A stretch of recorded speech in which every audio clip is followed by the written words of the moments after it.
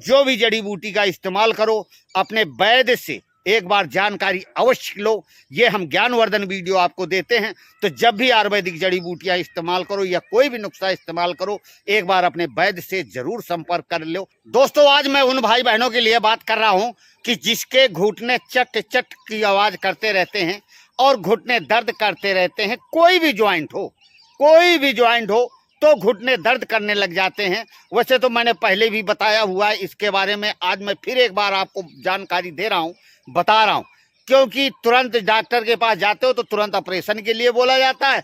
तो मेरे भाई बहनों, डॉक्टर के पास जाते हो तो तुरंत ऑपरेशन के लिए बोला जाता है। तो ऑपरेशन कराने से पहले एक बार ये जो हम आपको बता रहे हैं ये हमारे गुरुओं ने बताया और हम इसको इस्तेमाल कराते हैं, हम लोग बताते हैं इसको, लोग खाते हैं और ऑपरेशन से बच जाते हैं।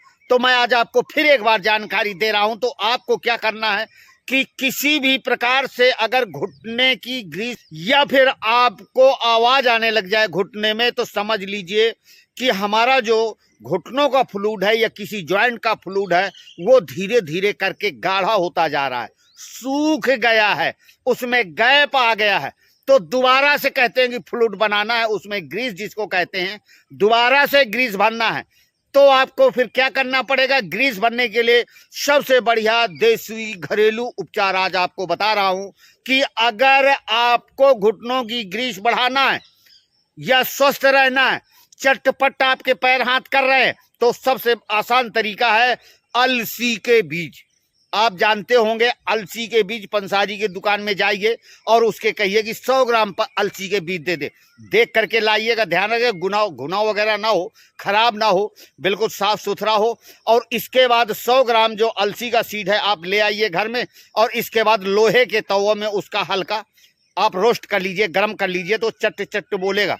जब सारे दाने चट चट बोलने लग जाए इसके बाद आप निकाल करके उसको रख लीजिए।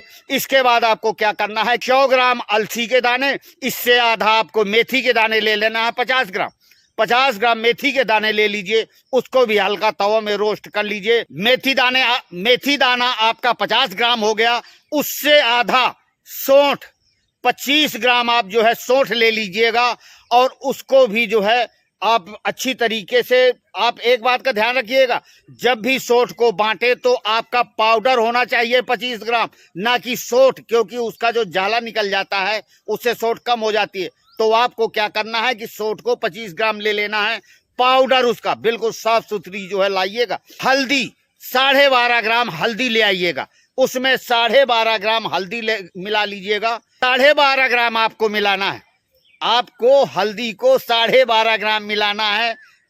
सौंठ से आधी आप एक फार्मूला बना लीजिएगा कि अलसी से आधी जो है मेथी दाना से आधी जो है सौंठ, और सौंठ से आधा हल्दी, और इनको जो है सबको रोस्ट करके बांट करके और एक कांच के जार में, जिससे कि हवा वगैरह ना पास हो, और आप इसको एक डब्बे में भर करके रख लीजिए। इसके बाद आपको क्या करना है, सुबह आधी चम्मच ले लीजिए, शाम को भी आधा चम्मच गर्म जल के साथ ले लीजिए, या गुनगुना दूध मिल जाए तो उसके साथ ले लीजिए। तो आप देखें कुछ दिन के अंदर ही आपकी ग्रीस बनना शुरू हो जाएगी। पर एक बात का ध्यान रखिए, 10-15 दिन 20 दिन इसको कम से कम इस्तेमाल करना है, तब जा करके आपकी ग्रीस बढ़ना शुरू हो जाएगी। आप 20 साल का दर्द एक दिन में ना सोचने लग जाना कि एक दिन हमने पी लिया तो सही हो जाएगा। आपको 10-15 दिन पीना है। ये हमारे गुरुओं ने, हमारे बुजुर्गों ने, और हम लोग इसको बताते हैं और लोगों को आराम लगता है। ये बिल्कुल आराम लग सकता है मेरे भाई बहनों, तो आप इसका इस्तेमाल करें। और ऐसी ही वीडियो देखने के लिए मेरे चैनल को सब्सक्राइब कर लें, बेल आइकन ऑन कर लें, क्योंकि मैं प्रतिदिन आयुर्वेदिक जड़ी बूटी की वीडियो, ज्ञानवर्धन वीडियो, योगा प्राणायाम की वीडियो ये लाता रहता हूं। जब तक खुश रहो, मस्त रहो, हंसते रहो, खिलखिलाते रहो।